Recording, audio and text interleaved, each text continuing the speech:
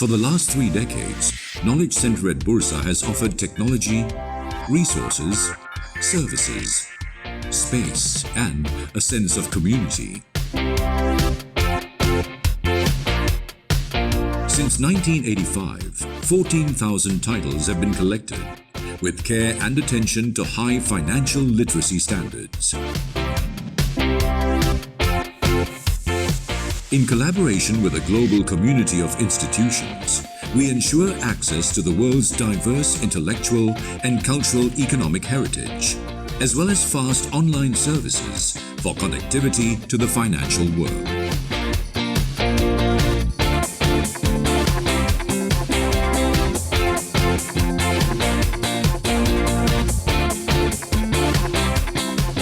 Serving the Bursa Malaysia community and beyond, Knowledge Center at Bursa empowers you in your trading and investment analysis research. Financial information at my fingertips. Visit Knowledge Center at Bursa Malaysia today for the collections, for the services, for the sense of community.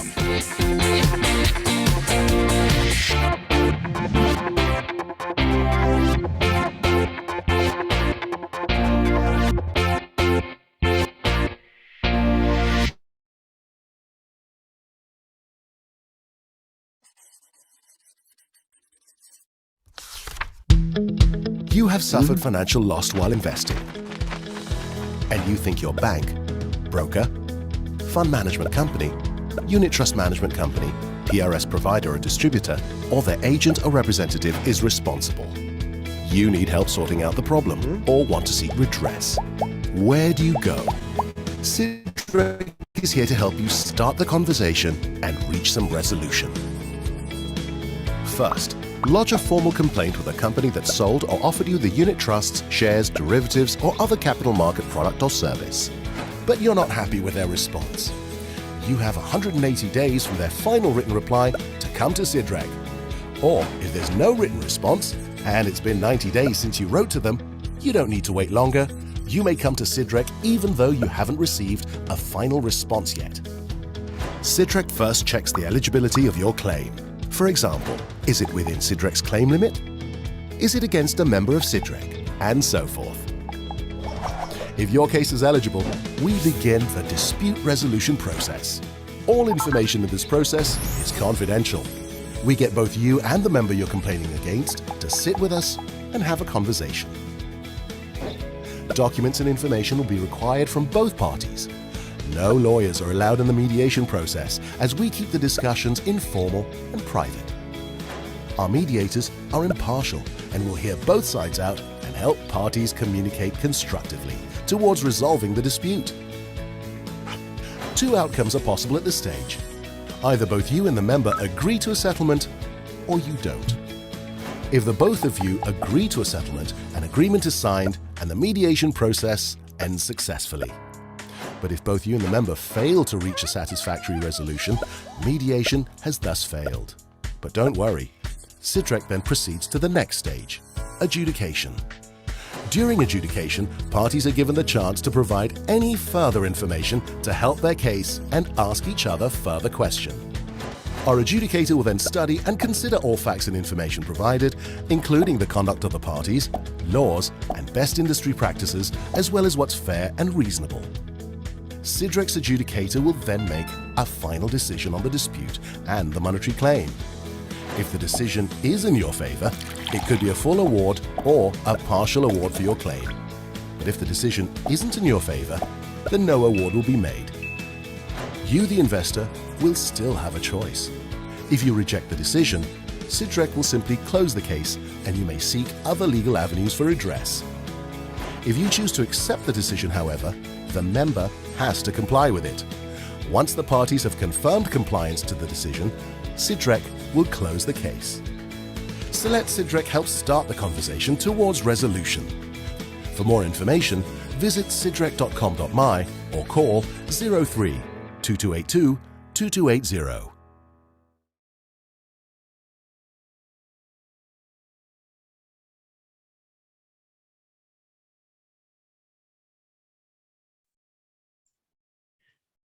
Hello, everybody. Welcome to this webinar brought to you by Bursa Malaysia and managed by LifeChamp that is titled Investor Psychology to Thrive in Any Market. So welcome everyone. So my name is Shen Chu. I'm the moderator for this webinar. So in this session, we are going to look at what are some investor psychology. How do we manage this psychology so that we are able not just survive but thrive in any market condition. All right. So as usual, disclaimer, whatever we share on this webinar is only for educational purpose. So in no way that we give any recommendation for you to buy or sell any securities should we mention here in this webinar. So if you decide to do any investment decisions, you are 100% responsible for your own risk, right? So allow me to briefly introduce our speaker, and he is none other than Mr. David Paul. Hi, Now, David is the founder and managing director of Spiral Thinker Group, Sdn Bhd. So he graduated with a Bachelor of Engineering Electronics majoring in telecommunication from Multimedia University and built his career in the telco industry for the past 10 years. So fast forward, he wanted me to cut his profile short. So he's now a full-time investor and he provides value investing ideas and advanced portfolio strategies for high net worth individuals. He is often invited to speak at Bursa sessions, workshops, and webinars, and his professional comments and opinions on value investing are often featured in business publications like Focus Malaysia. So David, how are you? Yeah, I'm good. Thank you. But I'm feeling slightly under the weather because of sore throat. So please excuse me if I do sound a little bit down tonight. But hopefully I'll be trying to be as clear as possible. Yeah. No problem. You still sound perfect. Thank you. So take your time, speak slowly, okay? The rest of your throat, okay? Can I have the screen, please? Please, yes, go ahead. All right. Thank you, Shane, for the very nice introduction. It's good to be back. But this is I think we live in very interesting times, right? Yeah, indeed. We are seeing asset classes across the board dropping like flies. I just learned earlier on that one of the cryptocurrency called Luna dropped more than 90%, in a couple of days, which is crazy, and it got me thinking because last time when we used to have these physical events and seminars, right? People used to come out to people like me, as well as my colleagues, as well as my business associates doing the same thing, right? So wow, I really admire you guys being full-time investing, so much free time, Yeah, I mean, when times are good, right? Yeah, you could say that, but when market is like this, right? It's not really easy, to tread through this volatility, yeah. But anyhow, this is a great time, so since the market is so bad, I mean, so volatile and so uncertain out there, right? It is the best time for us to sit back, relax, instead of trading, spending our time on trading, right? Spend more time to educate ourselves, read more reports, read more these analyst reports or company reports, industry reports. Keep thinking, going back to your drawing board, go through your lessons, strengthen your mindset, okay? And this is the objective of this seminar tonight. All right, this is not a new topic. We've been talking about this before, but I believe both Shane and I believe that this is a topic that cannot be ignored by any investor of any class, of any experience, right?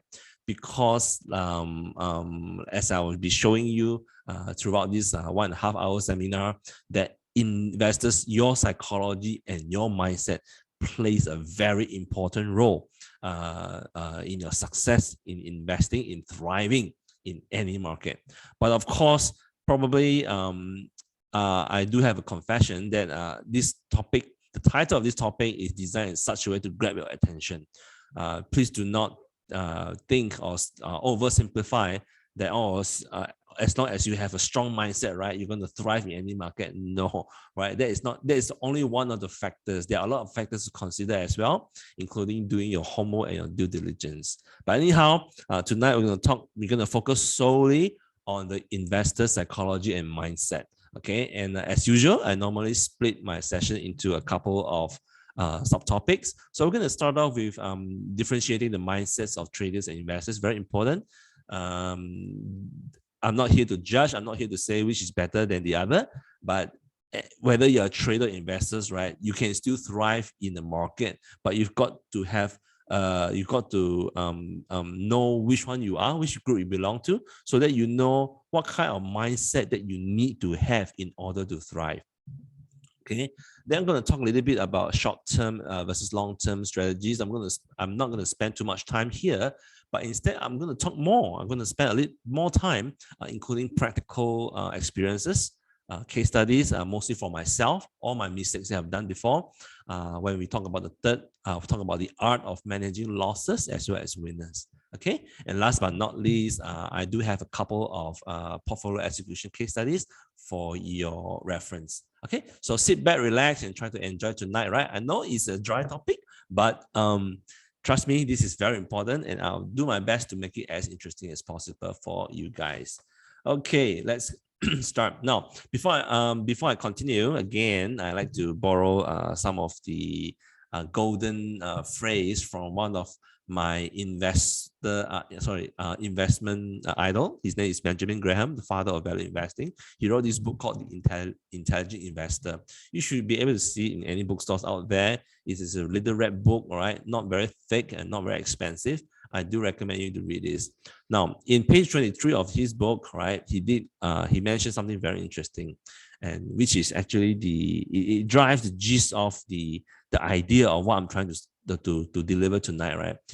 Benjamin Graham said in his book that investors' chief problem, and perhaps even his worst enemy, is likely to be himself, not the market, not the stock, right? It's likely to be from him, from within. All right. He added that the fault dear investor is not in our stars. Don't blame the stars. Don't blame your luck. Not in our stocks, but in ourselves. So, to be a successful investor, you need to have a certain mindset as well as psychology built. You know, in a way, a lot of internal strength, because not everyone is cut out to be investors. I have to admit this. All right. So in my line of work, I do see a lot of people who are very loss averse, who can't even stand to see something red in the portfolio, and so on and so forth. So not everyone is cut out to be. All right. So with this in mind, right, it should set the stage for what I'm going to talk about tonight.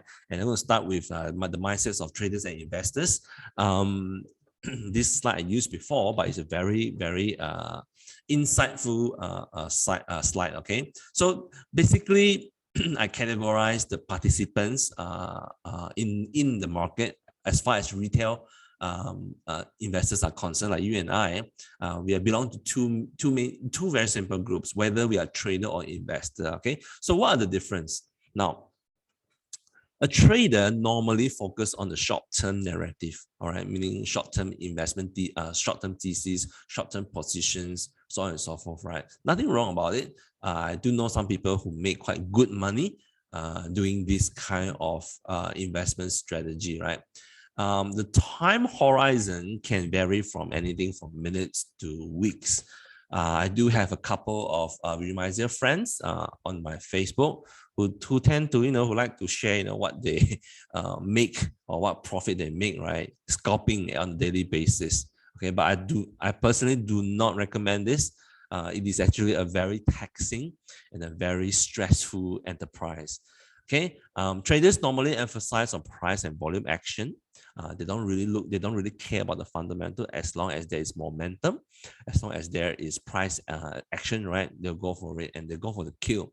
Normally, they buy on extreme optimisms, meaning when the stock is hot, a lot of storage, a lot of people coming in, right? They'll tend to prefer this kind of stock because of the volume and the liquidity, right? Conversely, it also means that they do avoid extreme pessimism.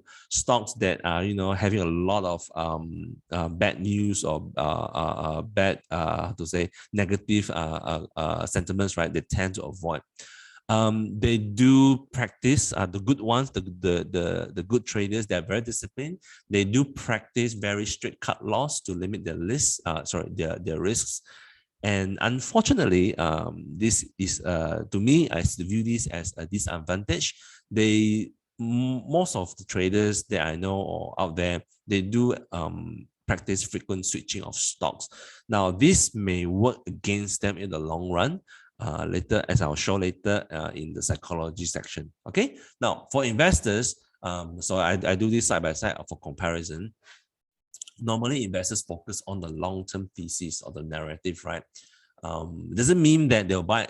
Investors only buy a whole. Investors can still trade, but they normally has a basket of stocks that they focus on to invest in the long term. Like myself, I do not have more than 20 stocks in my focus or in my purview. Sorry, in my view.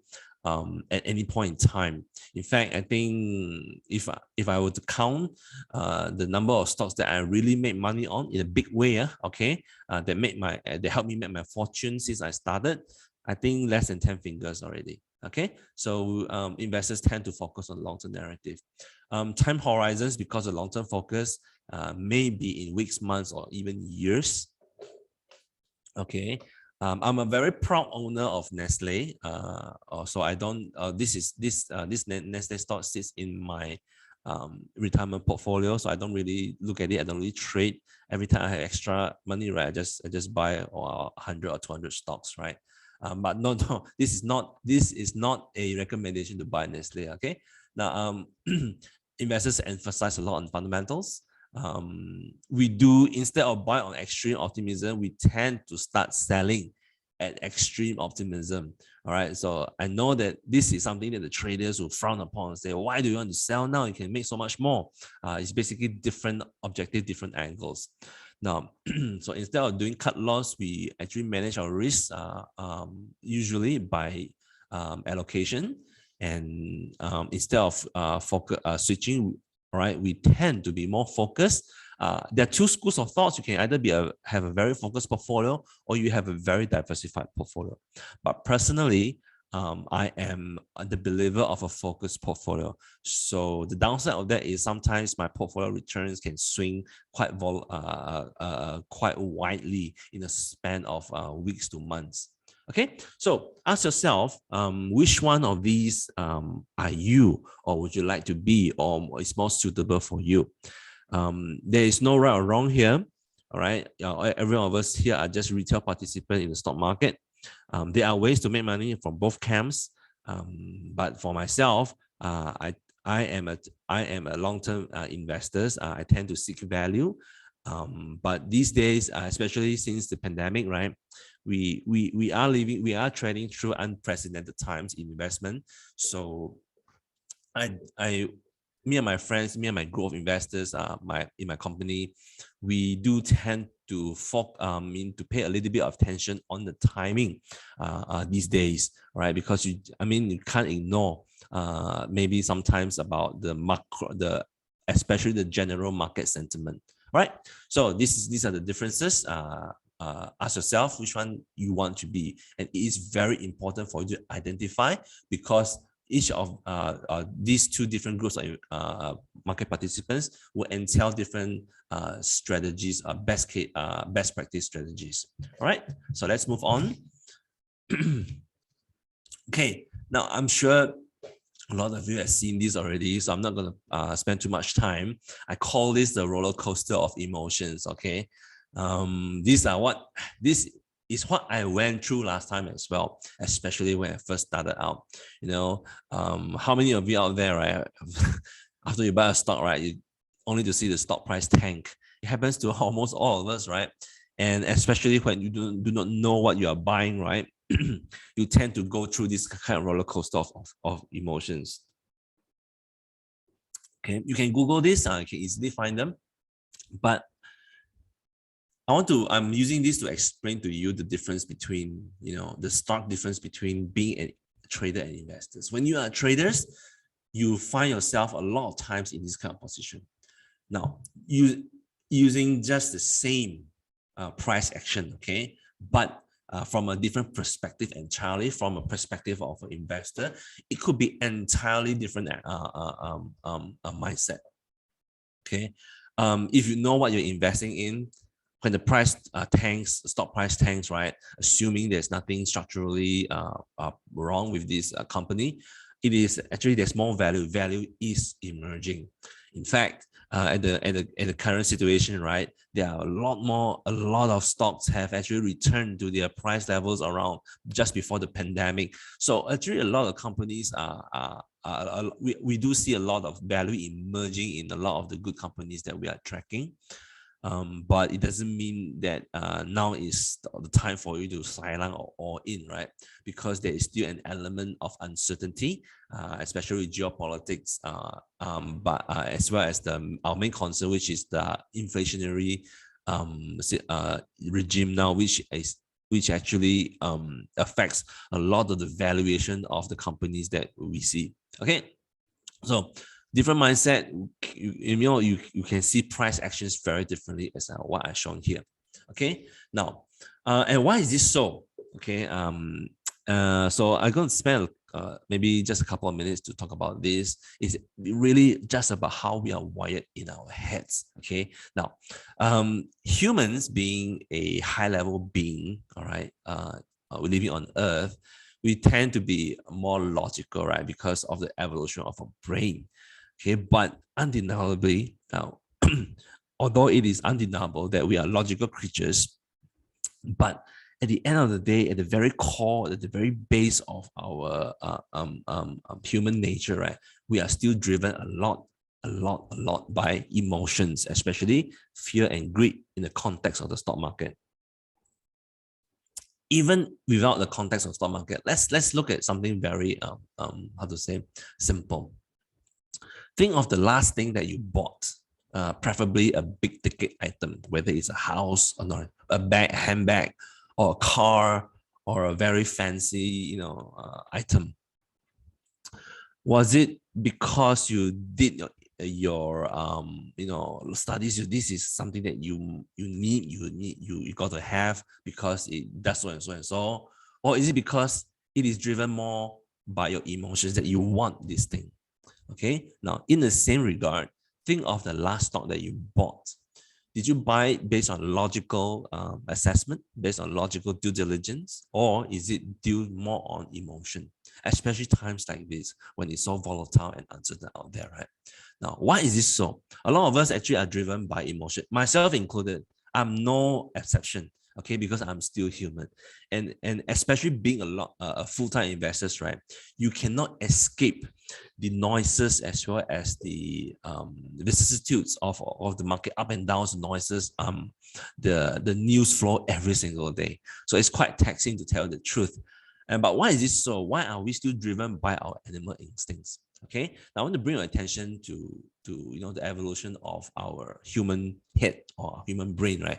You can see this. This is many thousand years ago, the humans as we call Homo erectus, right? You see the structure of our head, right? And compared to the structure of the modern human now, the Homo sapiens, right? You can see that actually this part, actually the part on the top, right, actually is expanding. This is the part where our logical brain resides. But our limbic system, our more ancestral animal instinct, the part of the brain, right, is still very much exists. And this is important for mainly because of survival, as well as other functions. Okay, and when it comes to reaction to things, to events, right? Normally the limbic system or the emotions part will react first, then the logic part will come. Okay, so imagine, like, because it is so near to your central nervous system, right? The limbic system is actually nearer to your central nervous system compared to the other parts of the brain. So it's like a electrical circuit closer to the central unit, to the central to your sensors and the actuators, right? They tend to react faster. Then comes the logic. Now, how many times for you guys out there, right? Only after you click the buy button, you regret. Why did I buy this stock? Or you click the sell button, only say, why did I sell so long? I mean, why did I sell so soon? Okay. Again, most of the times our decisions are actually influenced by our emotional side of the our thinking process. Okay, so don't blame yourself, but there is a way for you to train. yourself to be more logical. Okay, it takes discipline, it takes years of practice. All right, so that's it. Nothing much to it. So I've given you the issue. I've given, outlined a very simple way of how we are wired. So how can we try to improve ourselves, right? And for that, actually, so this topic is very much related to this thing called behavioral economics, which is a term coined by a very famous economist. He is a Nobel laureate. His name is called Richard Taylor. He wrote the book Behavioral Economics, which actually spun off a lot of fields of studies related to this, related to finance, behavior, human behavior, as well as investments. And one of the books that I've read, thanks to one of my colleagues in my team who introduced me this book, is by Daniel Crosby. It's called The Behavioral Investor. It's a pretty interesting book. You can grab it, I think, from the local store. Not sure if it's available. I've got the ebook. But it's a pretty interesting read, right? So one of his theories is that the number of bad decisions that we can make is limitless. I truly agree with him in investment and as well as in life. But especially when it comes to investments, right? He opined, Mr. Crosby opined that behavioral risk has one or more of the following 5 risk factors at its core. So I'm going to summarize for you guys tonight the 5 dimensions of behavioral risks. Okay, now don't worry, I'm not going to go through all this. You can take a snapshot of this now if you want. Then you can go and Google or go through deeper studies. But basically, our bad decisions or mistakes that we made, right, could easily stem from any of these 5 dimensions, whether it's related to our ego. All right, I think this is something that a lot of us can relate to. Whether it is related to information risk. Information risk refer to something like, for example, it could be related to incomplete or flawed data or information. Somebody fed you wrong information, or you interpreted certain data wrongly. That could lead to information risk. But there's another angle to information risk, especially when it comes to human mind contortion. And this is related to attention risk, okay? Especially when you're invested in a company and you make money and you're so damn proud of it, right? And this is where the ego kicks in as well, all right? Because of the way we are wired, we tend to, our mind, if it's not trained well, tend to see the things that we want to see, all right?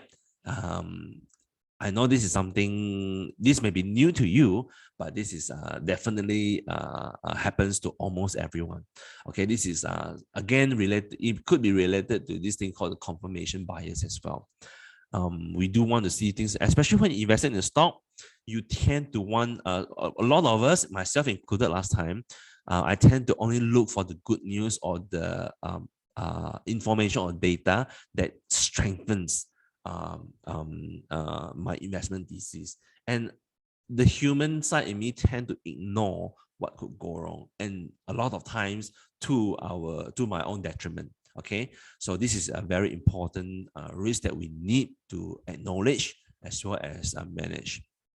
Emotion risk is one of the most I would say potent risk of all, because most of the time we make loss. The reason why we went into losses is because of emotions. Okay, attention risk, as I mentioned before, it is the how to say, the behavior where we tend to evaluate certain information in relative terms. The psychologists call it the salience trump or the prominence effect, right? In other words, I think they use this situation where they call it the low probability, high risk, or low probability, high scariness, like shark attack. Now, to us, shark attack is something very scary. But what is the probability of you being attacked by a shark? Unless you go into a part of the ocean that is full of sharks, right? But to be attacked by a shark, when you're swimming in the beach or by the sea, the risk is relatively low. The probability is relatively low, but the emotional impact, and the attention that we subscribe to this kind of risk is very high, compared to something which is high probability but low risk. High probability but low scariness, like driving on the road. Now, do you know that driving on the road, the risk, the probability of getting into an accident, touch wood, is higher than getting attacked by a shark or even, accident in the sky. All right. So this is what they call attention risk. Now, conservation risk is something that, like human, a lot of us tend to prefer status quo to change. We tend to put more premium on the conserving certain things or certain situation.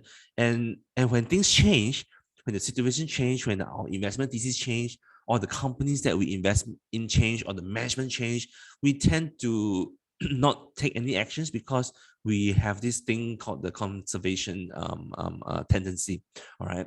And conservation risk also may also be related to this thing called the loss aversion, where we tend to prefer gain to losses. Meaning, I think a lot of you will go through this. You like to see green things in your portfolio, right? You like to see the green numbers instead of the red numbers, right? Red normally refers to losses, yeah. So these are the 5 dimensional behaviors. I'm pretty sure that if not all the mistakes that we make in the stock in investment will fall into some of these, not just one, probably a group of all these risks that I just shown here. Okay, so now after we identify the problem, how do we solve it or how do we mitigate it? Mr. Crosby, he postulate or he recommend this rule-based behavioral investing, or in short RBI, and he make it into 4 C's, right? Which is consistency, clarity, courageousness, as well as conviction. Now, so actually it's very simple. It's something that you and I can do. The only problem is when our emotion kicks in, or when our other behavioral, instincts kick in, right? It can really screw things up. And in order for us to execute this properly, we need to really have discipline. Okay. Now you need to be consistent. When we say consistent, means we got to be really, really hang our ego by the door. We need to execute our trades or our plan without emotion and without the loss aversion risks, tendency, and so on and so forth. We need to be clear what we want to do. So in order to attain clarity, we need to do our due diligence. Everything should be evidence-based, all right? Whether it is in terms of quantitative or qualitative analysis, this will give us clarity of what we want to do, which will actually amplify the consistency part, as well as support the next C, which is courageousness. Now, if let's say you have done your work and you're very sure that you've covered all bases, that things should be according to what you have analyzed or researched about, right? Then have the courage to really execute your plans. And to do this, right, you've got to really behave a little bit like robots already, without emotions. And we do have some tools that can automate, which I'll share a little bit later. And most of the times, when the market do not agree with your thesis or your investment narrative, you may need to go the contrarian route. Okay, and this, trust me, this is very hard to do, especially when the whole market is against, do not agree with your idea, right? You tend to doubt yourself. Okay, and that's why you need clarity and consistency. And last but not least, all right, you got to be you need conviction. And when we say conviction, it doesn't mean that you've got to be proud or hubris about it.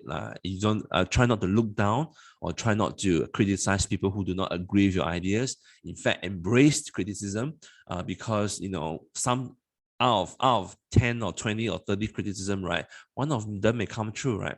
And to help us mitigate this, we can actually practice a more diversified portfolio, okay? Or according to your character, you can also be a focus. I tend to be more focused, but in terms of the industry that we invest in, we tend to be more diversified.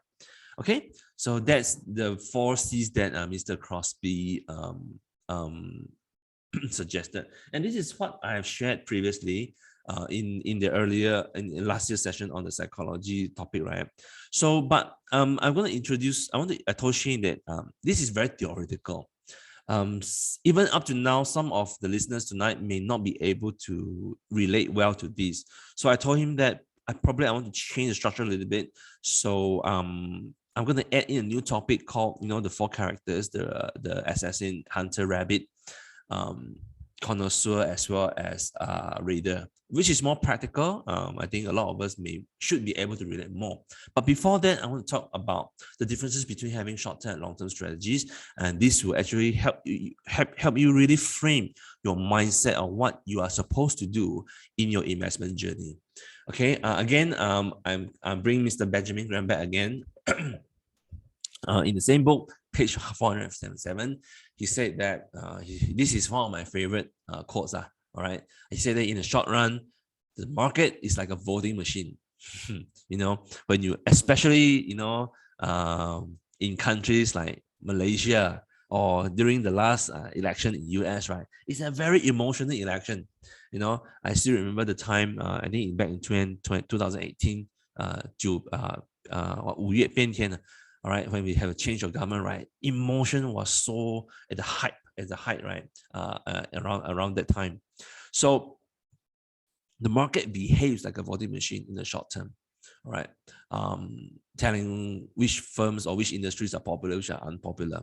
But in the long run, right, the market will actually reach a certain type of equilibrium where it will behave more like a weighing machine, where the real substance of the business of the stock, right, should be reflected in the long-term share price trend. Okay, so this is what it means. Excuse me. All right, so a couple of examples. This is something that I've gone through personally. Okay, I'm not going to tell you the name of this stock for now, but basically, if you look at this historical price trend of the purple and the blue chart, they look similar, isn't it? Okay, so I think they are both happening in 2020 during the pandemic. This is where I started buying for the blue stock, and this is where I started buying for the purple stock, and this is where I started buying for the blue stock. Okay, now the intention again is actually my intention then was, okay, because this was a speculative stock pick, so I intended this for a short-term gain. Right, tell myself 20%, I jiao already, laughing all the way to the bank. And excuse me, whereas this I intended for the long term. Now, the commonality between these two stocks that I invested in 2020 was I did not do enough due diligence. I did not do enough homework, but I went in anyway. Okay, but thankfully I didn't went in big. So what happened was, okay, just remember, the blue position was meant to be short term, and the purple position was meant to be short term, and the blue position was meant to be long term. What happened was eventually the short term stock, the purple stock, which I was meant to be, a short term investor, just to aiming to profit 10-20%, right? I ended up becoming a long term investor. Okay, right. So eventually I cut loss. All right, again. My mistake, and this to me is nothing actually, because at least you recuperate back and then say, okay lah, just bite the bullet, right, and make mistake. But this one I'll always remember. Now I don't mind to tell what's the name of this stock. The blue stock is actually DNO. Back in 2020, we started excuse me. We started paying attention to this stock is because that time we were looking at EVs as well and LEDs. We believe that LEDs will be more practical and more useful in automotive. So we started looking at this company, but I did not do enough study yet, so I lack information. So I bought in at around, I think our average cost was about $1. We started buying at about 80 cents and $1, and by the time it reached 180, we started selling, and by the time it reached $2, we sold everything, and we never looked back. Why? Because number one, to be fair, in 2020, we were focusing a lot on gloves. All right. So we didn't have much room to maneuver or much resources to look into other industry. We only really look into tech again back in 2021, but this was in 2020. So after selling the stock, it retraced, or very happy, made the right decision. But after that, see what happened? Boom! It went all the way to $5. In fact, it went even higher last year. Okay, so this was really oxymoron for us. So again, this is something where I personally intended something to be short term or long term, and ended up totally different because I did not have the right mindset. By right, when something is wrong here, I should have cut. And here, I do not need to really to sell off everything because I told myself I'm a long-term investor. But somehow, I can't remember for sure whether it's my emotion or my doubts that crept into my investment execution, which clouded a lot of things, and this ended up to become mistakes like this. Okay, and so I come to realize that actually framing the mindset is very important, and a lot of people think that a lot of market participants believe that to be successful, you need to be good in stock picking. Right, I agree as well. That is a given. You need to be good in knowing how to analyze the companies that you want to invest in or the stocks that you want to trade in. But there is another soft angle that is equally, if not more important. So here, I present it this way. On the left side is more about the action, also the more tangible. The blue triangle is more about our internal processes as well as what we can do, and the green triangle is basically more on the actions. All right, now I believe that psychology, all right, plays a very important role. At least half of your success factor, all right, to be successful in investing. Psychology coupled with patience and and discipline. All right, this forms the intangible part.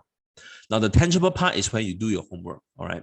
So on the stock picking side, you need to do your due diligence. You need to understand the company. All right. Then you need to assess, for example, what's the risk to reward ratio before you go in. Now, don't get me wrong. Sometimes you can spot a really great company, but the timing may not be right. The price may not be right because the risk to reward ratio may not be attractive enough, or it's not logical enough for you to make this trade for the investors to lock into this kind of position. That forms about 1/3 of the decision-making process.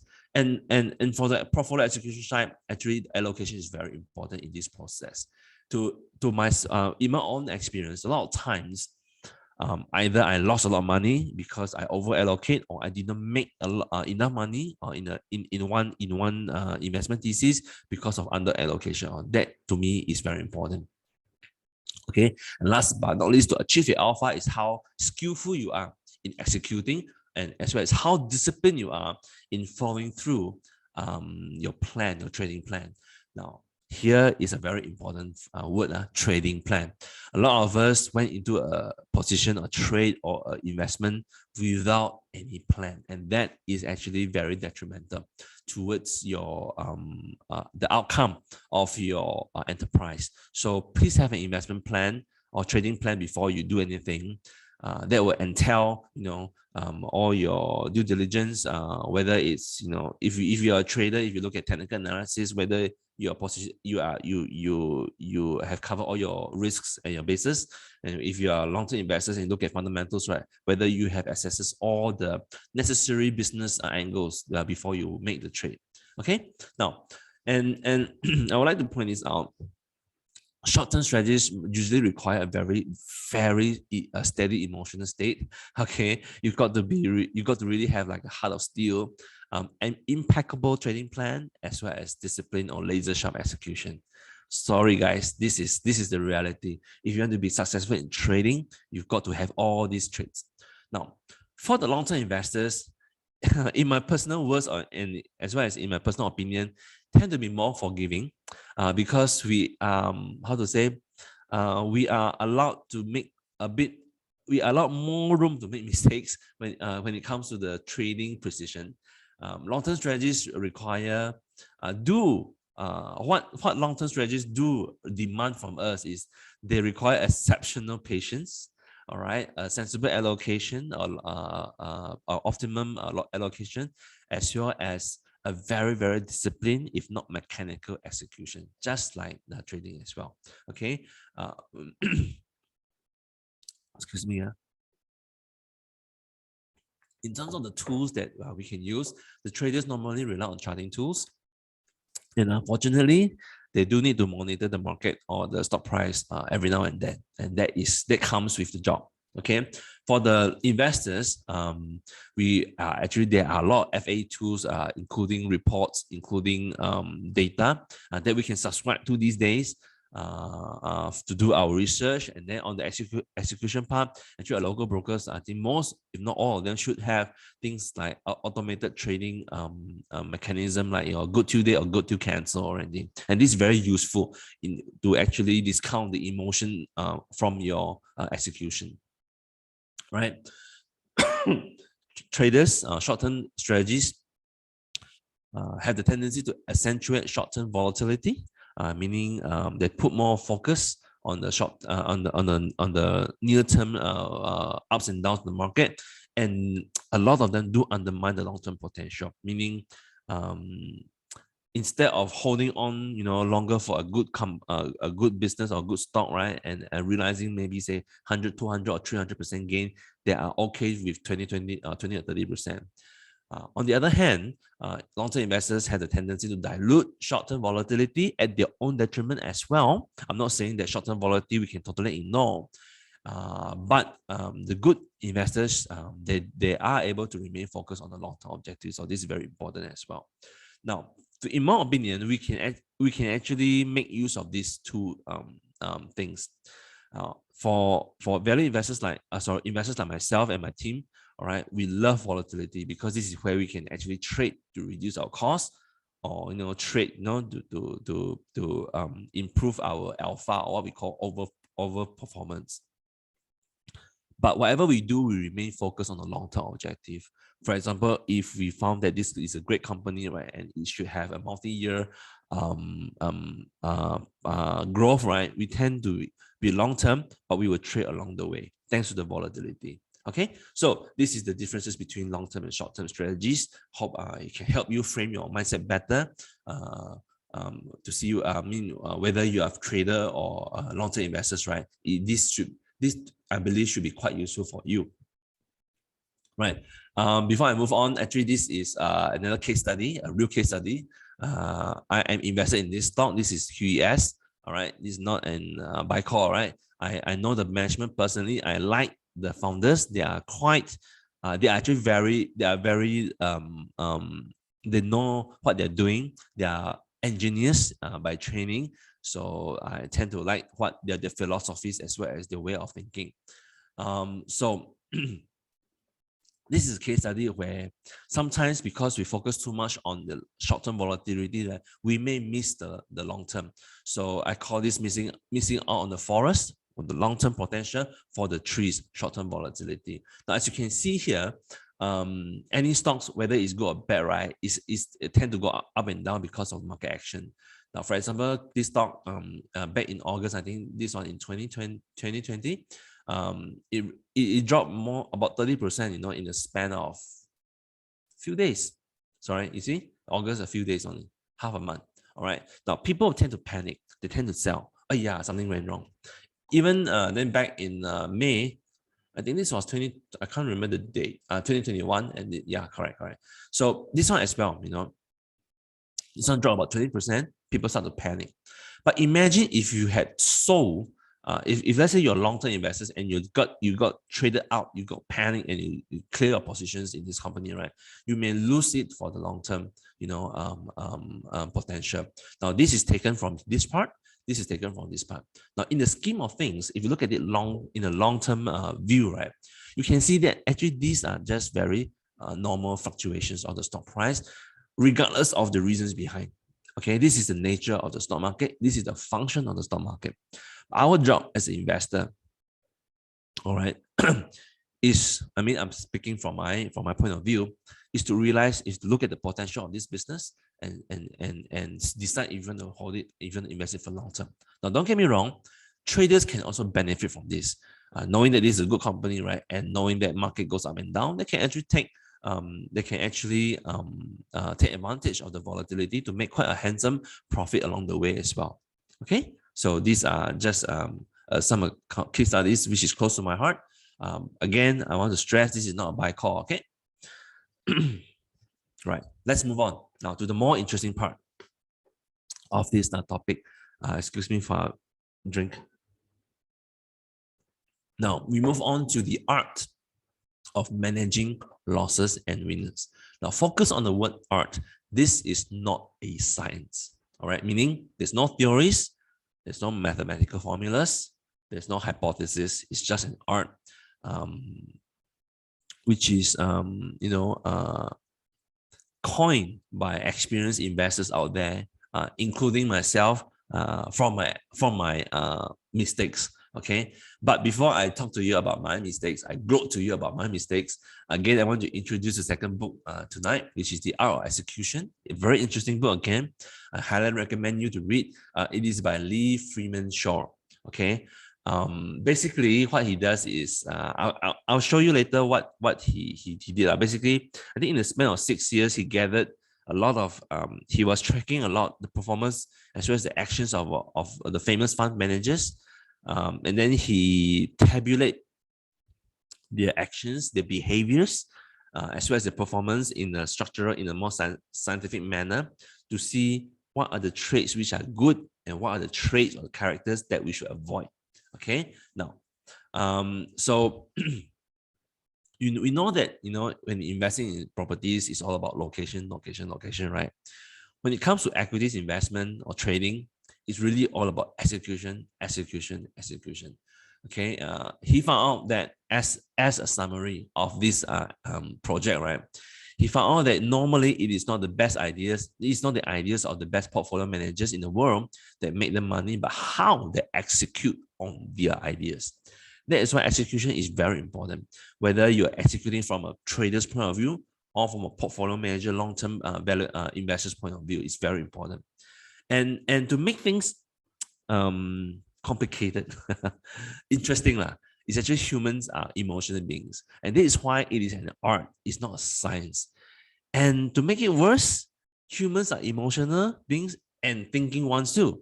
Meaning, when you mix emotion and logic together, right? Sometimes the effect can be really, how to say, mind blowing. Okay, so it comes to it made me came to this conclusion after reading this book, right? That in order for us to be successful in portfolio allocation, it's not just a function of the macro environment or how the external factors like the company, the company health or the stock price movement affects our execution. It is really a lot about the psychology, well-being, as well as our mindset. That is why before this, I stress a lot on the getting the right mindset, whether you're a trader or an investor. All right. I also talk about the psychology part, the different risks and so on. Okay. Why? Because I want to drive this idea, after reading so many books as well as from my experience, that really to be successful in executing your portfolio of investments, right, you need to take care of the external factors as well as your inner factors, how you are doing it, how your psychology being is, so on and so forth, right? This is very important. And as I mentioned before, Lee Freeman Shaw, he documented the findings of, not 6 years, but 7 years, from June 2006 to October 2013. Mind you, that this included the 2018 global financial crisis, where stocks crashed all around the world and rebounded after. All right, where 45 of the world's top investors were studied and all of the trades documented and analyzed. And why I like this book is because he didn't use very sophisticated, bombastic words to explain his findings. He used very simple, very relatable angles to actually deliver his findings. So he grouped these 45 investors, right? Categorize them in how they react to their losing positions and their winning positions. Not whether they are winning as a portfolio manager or they are losing as a portfolio manager, but more on their position, not on the stocks, or the allocations that they hold. Okay, and he found that he can basically categorize all of them into 5 different characters. So for the losing positions, he actually characterized the group into 3 characters, which is the rabbit, the hunter, and the assassin. And when it comes to the winning positions or winning stocks, most of them are either raiders or connoisseurs. All right, excuse me. So I'll explain a little bit more after this. Now, I'm going to go through a very summarized definition of the different tribes, the 2 tribes of investors. Mr. Lee, Mr. Freeman grouped them into 2 categories, 2 tribes of investors, how they respond to losing and winning positions. I hope that you can pay attention to this, because along the way, I want you to ask yourself which one you belong to. When you are taking losses or when you are actually riding your winning stocks, right? Okay, and it's very important. Now, the assassins, he found that are the people or the managers or the investors who deals promptly with and unemotionally with failures. Very good. Okay, and they tend to be able to move on without any regret. Wow, very good, huh? But there's a but here. Assassins often cut losses too quickly, too often, because they're scared. All right. And again, they sell their winners too early, just like what I did with DNO last time. Okay. And by right, I should be assassin as well when it comes to the first purple case study where I become a long-term investor, right? Okay. When it was meant to be a short-term. So assassins they can be very unemotional. All right, they can move on from the mistakes, which is good. But the downside is they tend to cut losses too often. And sometimes when you cut too many times, right, it really, really affects your portfolio returns. All right. And instead of riding their winners to the full potential or near to the full potential, they tend to sell the winners too quickly. Now, the hunters are somebody that I can really relate to, because this is how I used to be when I started being a little bit successful in my investment journey. Hunters tend to watch, analyze, and then at the right time add, all right, their positions. But a lot of times when the price comes down, right, they tend to average down in order to salvage the investment. Okay. Now, there's nothing wrong with this strategy. Okay, because when you average down, you are bringing down your price. We call it the ABC. In one of my portfolio sessions, I call it average balance cost. Now, the thing is to have conviction. Remember what one of the 4 C's, right, of the RBI strategy by Mr. Daniel Crosby is conviction. The hunters who do not have conviction in the investment, once the stock price goes back to their balance cost, they will sell. Oh, yeah, so happy that I didn't lose any money. Now, how many of us actually went through this process? Now, what the hunters should do is, it's good to average down. Make sure that there's nothing wrong with your investment or the companies that you invest in. Then let it ride. Let it ride. Let the market realize, discover its value over time. Okay, but a lot of hunters, including myself, last time I tend to cut my position, especially when the stock price goes back to my cost. All right, without really following the true potential of the stock or the company. Now, rabbits, unfortunately, is the worst of the characters. It's the most how to say kasian of the characters. All right, rabbits, they are more interested of being right than making money. All right, so which means that ego comes into play, and they can be very defensive as well. But when things goes wrong, just like a rabbit or just like a deer standing in front of an oncoming car, the headlights, right? They tend to just watch their investment or their positions fall and not doing anything about it. Why? Because they are paralyzed. Okay, whether it's because they didn't do enough homework, they didn't do due diligence, or they just got lost. They don't know whether they're investing for the long term or they're scalping for the short term. They don't know this. That's why they become paralyzed. There was a stalemate. All right. they didn't cut or didn't add like the hunter. So this is the most dangerous that you can be in the stock market, because this will really hurt your investment capital over the long run. Do this often enough, right? You can really wipe out your capital. Okay. Now on the winning tribe, excuse me, Mr. Mr. Freeman Shaw, he said that actually can characterize as a raider, which I use Indiana Jones here, as well as a connoisseur. Now, raiders are good managers who would snatch at any profit they make. But again, just like some of them, like the assassin, they tend to sell too soon. All right. Now, but the bad traits of a raider, all right, just like any hunting, treasure seekers, right? Treasure raiders, they can be bought very easily, and they love new adventures. Meaning what? In the context of investment, they tend to want to look for the next winner too often, without really focusing on their winners on hand, all right, or the companies that they hold on hand. They can be very impatient. They tend to be more present focused. Okay, if this doesn't work well, okay, cut, move on. All right. Now the thing is, if you do it too often enough, the loss cutting may really eat into your profits, or even eat into your capital. So this is something that the raiders can relate to. Now I'm sure even up to now, right, a lot of us can already identify ourselves in any of these four, or even more than one of these characters, right? Okay, so it's good for us to know first where our mistakes are, all right, and so that we can improve. Okay, now last but not least, the connoisseur. Connoisseur to me, according to Mr. Freeman Shaw, is actually the best, has the best characteristic, because the connoisseur, he believes, is not easily paralyzed by its losers, it's not easily swayed by market noises. They are able to adapt well to situations when losing, when the positions are losing, and they have tendency to let the winners run as well, holding for long durations, even up to years. Okay, but the drawback is sometimes they do not know how to take profit, because they really believe in the story, right?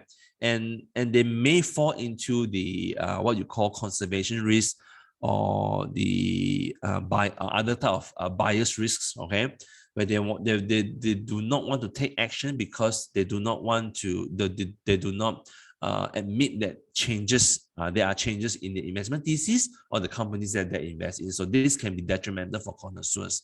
All right, they can be very patient, but sometimes they can take profits too late as well. This happened to myself as well.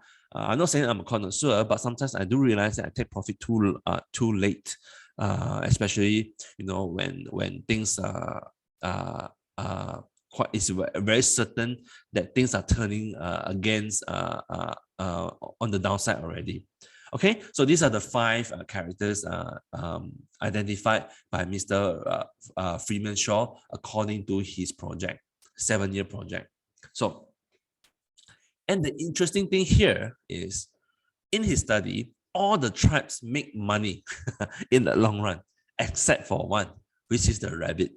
Okay, so whatever you do, all right, if there's a takeaway from tonight, right, be not the rabbit. Don't be the rabbit. All right, don't be the rabbit in investment. Okay, put your ego aside. All right, ask yourself what can go wrong. All right, and when things really hit, when shit hits the fan, right, just do the necessary to cut yourself off this cancer, I would call it. All right, so. And the worst combo to be other than rabbit is actually a rabbit and raider. Why? Because rabbit do not know how to cut loss, all right, or do not can be defensive, even if you're wrong, can be egotistical. Raiders tend to go in and out, adventure seeking, excitement seeking, right? That's like a roller coaster. Okay, so these 2 are the most dangerous combination. Now, I have met quite a few clients before, because some of my friends or clients, they actually came to us and say, hey, this is my portfolio, can you help me? And is don't be surprised that a lot of the stocks that they hold really is either some of them are delisted, or some of them it's already gone. It's a gone case, but they are still holding it. Why? Because they are a rabbit. Okay, they are rabbit in that sense. They don't know what to do. They're paralyzed. Whether cut loss, 2,000 shares only, man. Why should I cut loss? Just leave it be lah, Okay, don't laugh. Actually, all right, because I do meet people like this. And how come they end up with so many stocks? This kind of what you call baggage in the portfolio. It's because along the journey they behave just like a raider. They like to switch stocks, frequent switching. They like to look fish for the next multi-baggers, all right, which can actually work against them. Okay, so whatever you do, avoid being a rabbit, and worst case scenario, avoid being a rabbit and raider combo. Okay, so knowing the different characteristics, right? Actually, there are certain things that we can do to actually improve ourselves. Now, if you think you are more like a hunter, like myself, in my early journey as an investor, before you engage into any trade or any investment, you have to make sure that you allow yourself a certain maximum allocation for each stock, right? And then whatever you do, don't go above this allocation. Okay, and this will actually help you a lot.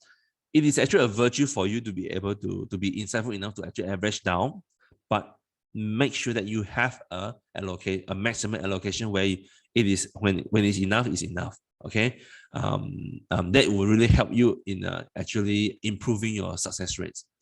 Now for the assassins, all right, it's good you have actually the assassins have a lot of good characters, but assassins can actually improve their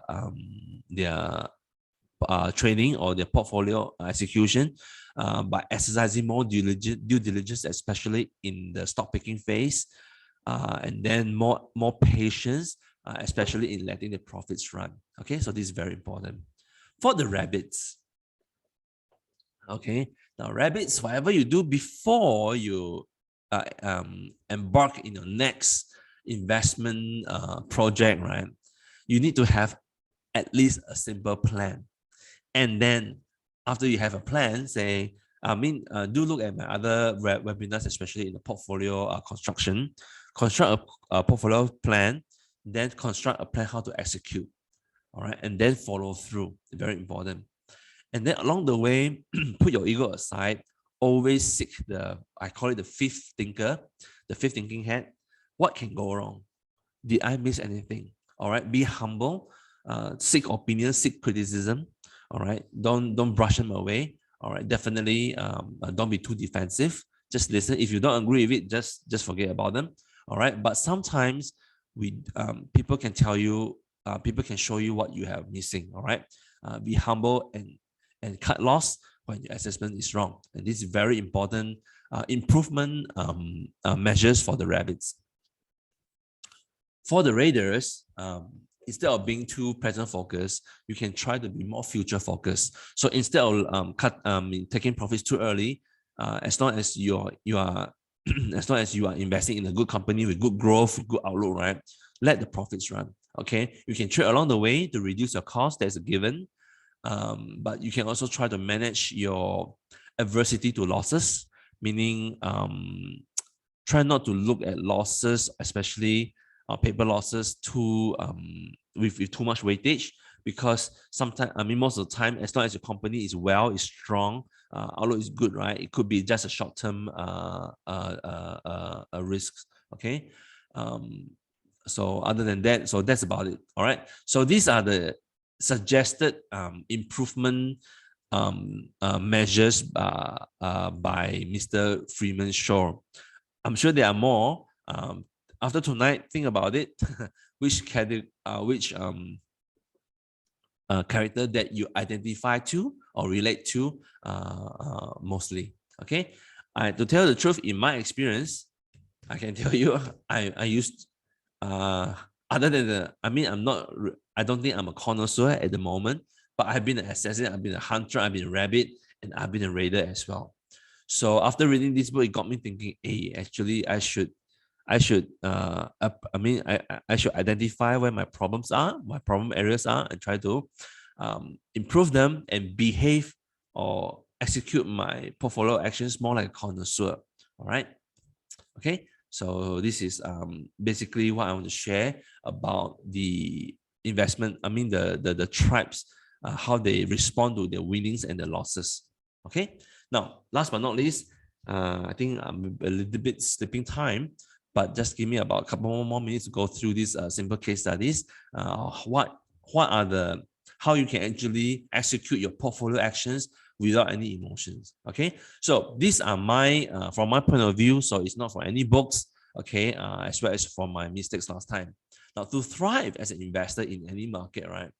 The key, the success, in my own opinion, is to de-emphasize our ego and emotions and really automate our execution process. Of course, this is after the due diligence phase, as well as all the portfolio construction steps. Okay, now there are tools and steps to help us minimize our emotional stress or actually help us achieve our A game. All right, I cannot stress enough. You must start with a plan. You must start. This is just like any business, right? You must have a business plan. In investment, you must have an investment plan. Now, try to invest for the long term. Now, when I say invest for the long term, it doesn't mean that you can only buy and hold. No, absolutely not. Try to look for companies that can have long-term growth, they have long-term prospect, they have strong management that operate in the sector or economic sector that is green. When I say green means the growth should be a no-brainer.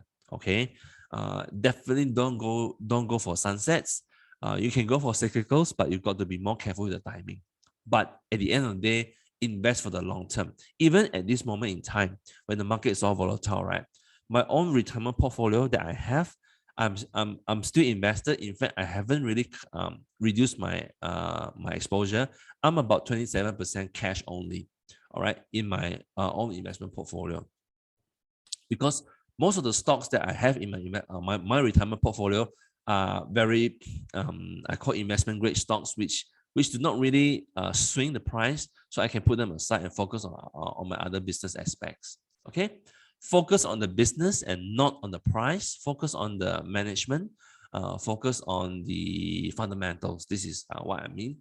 Defocus on the price actions and noise.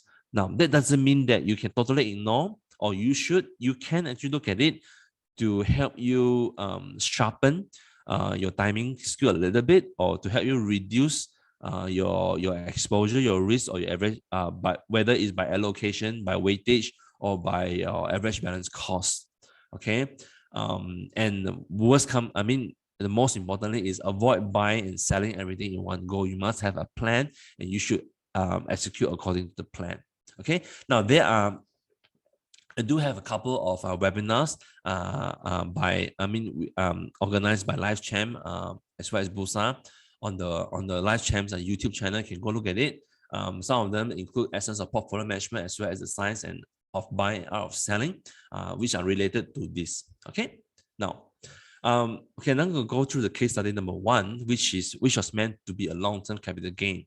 Again, the intention for this was actually do a 6% maximum allocation on this stock. So the total buy was about 270,000, slightly below the 6% maximum allocation mark. But because of a successful execution, I saw the stock at 280,000, which means, you see, when the sell value is higher than the buy value, which means it's higher than your cost, you make a profit. But in this case, I still have 60,000 shares left, which is valued at about 1% weightage of the portfolio. What does this mean? This means that other than this profit, the remaining 60,000 shares are actually free. Okay, but again, 1%, it doesn't really have much meat, because even if the stock were to double in the next year or two, the impact on the portfolio will only be 1%. If it's triple, it will only be 3%. So this does play an important part. Okay, but that's beside the point. Now, here, I look back and it actually quite behave like a connoisseur, all right, in this, because again, this is QES, not a buy call, all right, but just sharing with you how we executed this, okay? So these are the buy sell, the buy trade. So I share this with you just to show you that I did not make this up. Actually, this is a real trade, okay? We tend to sell when the share price goes up. All right, sometimes even in the short term, because the share price has gone up quite drastically in the short term, in the short period of time, we do tend to take action to reduce our costs. And then sometimes you may be asking, hey, David, if you sold here at about 50 cents, why did you buy back around here at 60, 70 cents? Why? Because here there are some fundamental shifts in the company when they announced the MOU with the JV with an American company that will actually help them open new markets to China, and then they also reported very strong results with great outlook in the future quarters. That prompted me to relook into this investment thesis and then add the position. But of course, we took I took the decision to reduce this weightage about this price. So we left with 60,000 shares, free shares at 1%. So this is one of the examples of how we can, how I managed to, be successful in the investment investment thesis, like a connoisseur. Now, the second case study is actually a loss. Is it meant to be short-term cyclical? Again, 6%. All right. So the total buy value was also about 270,000. But I sold at below cost at 239,000. So the loss making was 24,000, higher than the profit that I made earlier, right? All right. Balance quantity, no, mean I cut loss. All right. But here, what I'm proud of is I actually behave like assassin. Investment thesis is wrong, cut no matter what. All right, even you lost money. Why? Because you live to survive another day, look for another opportunity. Now, the reason why we caught loss, actually, this is Perak Transit. Don't know why, for the life of me, I don't understand. This is one of the darling stocks among a lot of fund managers. Okay, we started buying at the peak, yeah, around this price here. Then when it came down, wow, think like a hunter. All right, average down. Then when they released its quarter results in March, again, I joined the live webinar because of, after the results were released, then I found something is wrong. Hey, my investment, my assessment into this company is totally wrong. So I decided, again, I did not cut it right away. It took me a few more days. All right. Even if I cut here, I would save 2.5 cents, but I cut 80 cents. So I lost about 24,000 in this position. But it's fine. I think because I own up to my mistake, so I move on from here. So I behave like an assassin here. So hopefully by sharing this, I can help you guys think about how you can better execute your trading or your portfolio plans in the market, especially in the volatile times like this. Okay. Now, as a conclusion, right?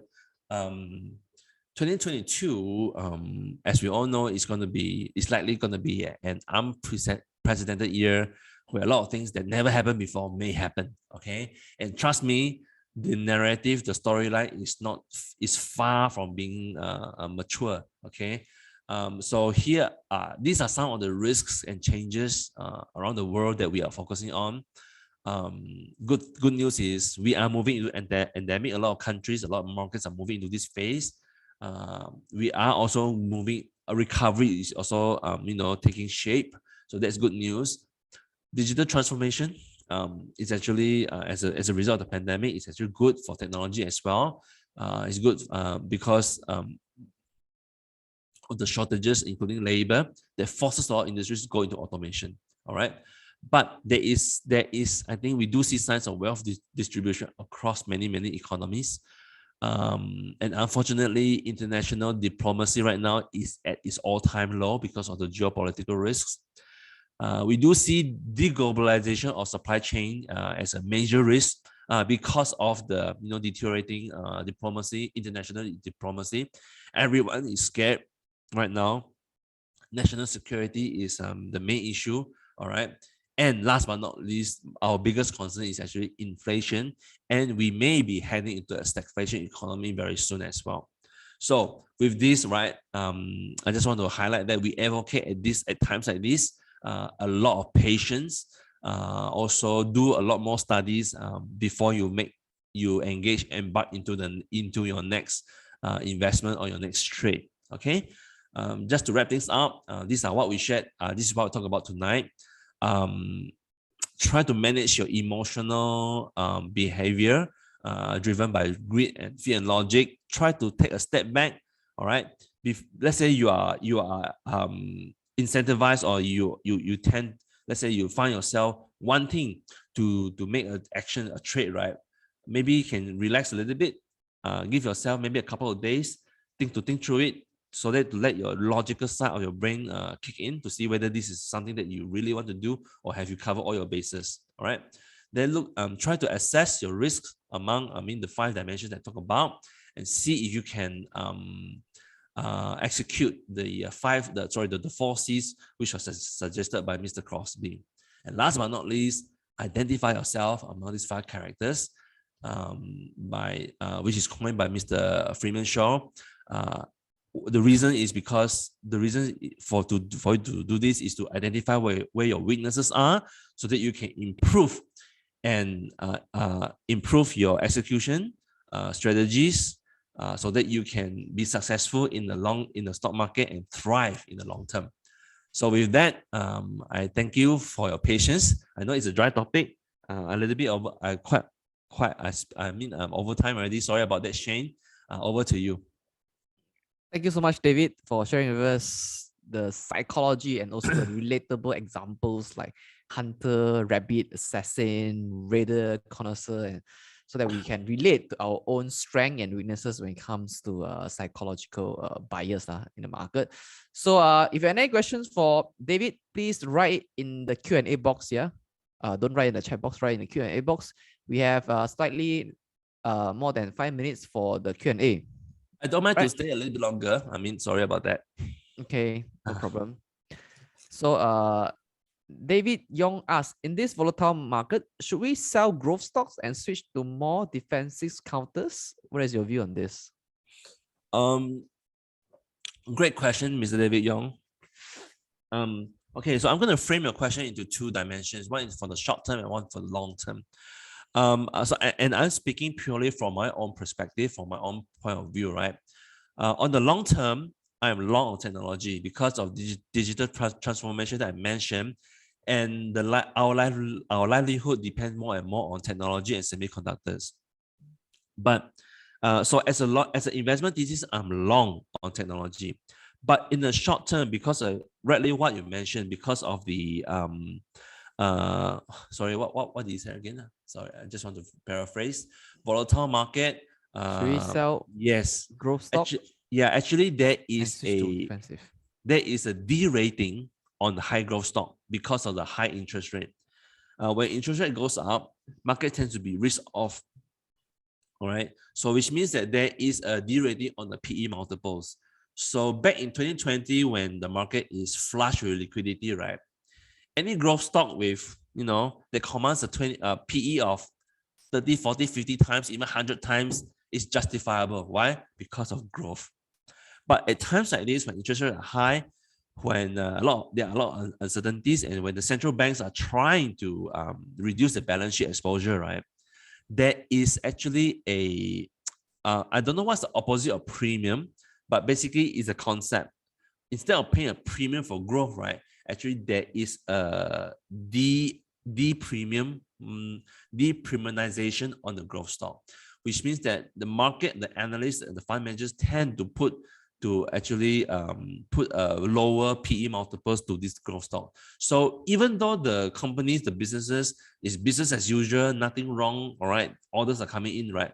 Because of this, the devaluation of these PE multiples, it will impact the stock price. So you are right. I agree with you, and this is what we are doing as well.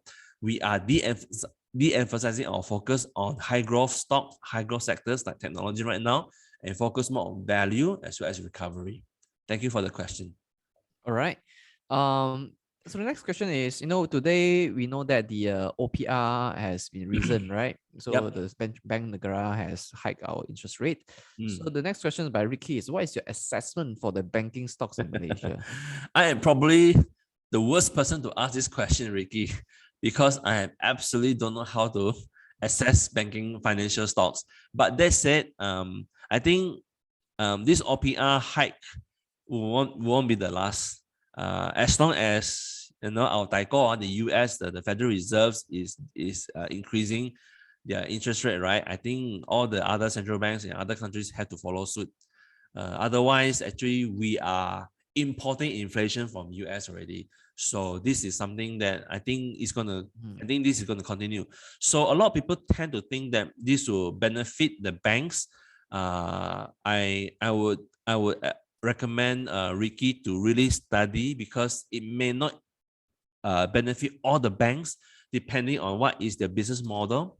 All right. I know banking stocks has actually been running out quite a fair bit. Unfortunately, myself and my team really missed this rally. So that's it. Okay. Yeah, thank you so much for your analysis. That's from Ricky. So I think just now you mentioned about trade to reduce costs. So this is a question by Kelvin. Can you clarify a bit, what do you mean by trade to reduce Kelvin, costs? I highly recommend you to look at one of the webinars under Live Champ, where I talk about how to manage your ABC, which stands for average balance cost. So in a gist, if you are trading in the right direction, meaning if you buy at a lower price and you sell at a higher price, but you don't sell all, the difference, the capital that you recuperate from your sell trade will reduce your balance cost. And this is what I mean by selling to reduce your cost. Okay. Right. This is an interesting question by Chua LL. Okay, you want to take that? Yes. Is it advisable for us to keep glove stocks as an investment? Okay, I'm going to throw the question back to Chua. I cannot advise you anything, but I want you to look back at this slide. Chua, I'm not being cheeky, but I'm just showing you. Hope you can take this constructively. Now, the fact that you are still holding glove stocks, even though, number one, what are the facts? Gloves are very highly cyclical. They operate in a highly cyclical industry. They are facing cost pressure now because of high material cost, because of this high labor cost as well. They are facing competition from China. The demand is actually slowing down because of the pandemic going into endemic. So the shock effect has actually gone already. So ask yourself, what is the reason why you are still holding glove stocks? Is it because you tend to behave like the rabbit in this sense? All right. So please think about the reason why you invested in this in the first place. Has the investment thesis shifted? Has it changed? Has it metastasized into something entirely different from when you first originally invested in the glove industry? Now, I'm not saying that glove industry is totally gone case. Myself and my team are very confident that it will come back again. But at this moment in time, the downside pressure or the risk is actually quite high for us to remain invested in this industry. I'm not pointing to any glove stock. Okay, hope I answered the question diplomatically, Shane. Okay. Just clarify that none of us here are licensed investment advisor. Yeah. All right. So for any professional advice, you should seek your licensed investment advisor. All right. So Philip, more questions. Yeah, Philip Kong asks, can one be a trader and an investor at the same time? Yes, you can, but try not to mix these two together. Now, what I'm doing, again, I'm human, so I like to trade. I like to have excitement as well. So I've got many portfolios under my name. I've got a few for myself, for my retirement, for my kids. And I've got one particular portfolio just for trading, all right, just for fun. So that portfolio are really for short-term trades, all right. Even some of the stocks that I buy in this portfolio are not fundamentally sound, but just for the fun of it. And the most important thing is, don't put too much money in this kind of portfolio. All right. Say you got 1 million to invest that you want to invest and you want to allocate. So try to avoid putting half into your trading and half into investment. The right thing, the sound thing to do is to put much less into your trading portfolio and much more on your investment portfolio for the long term. So maybe 80-20, or if you're really the risks, if your risk appetite is really huge, maybe you can do 30-70, but I don't think higher than that should be it lah. All right. Okay, understand your point. Let's do one more question, which is by Feng Yi. From your experience, will the recent Fed action drive the economy into recession or even stagflation? Okay, to understand the Fed action, right? You got to understand, Feng Yi, you got to understand why the Fed is doing so. Now, in my personal opinion, right, the Fed has got it wrong this time again. In fact, they should have taken action since last year, when the Federal Reserve Chairman, Mr. Jerome Powell, still think the inflation was transitionary, right?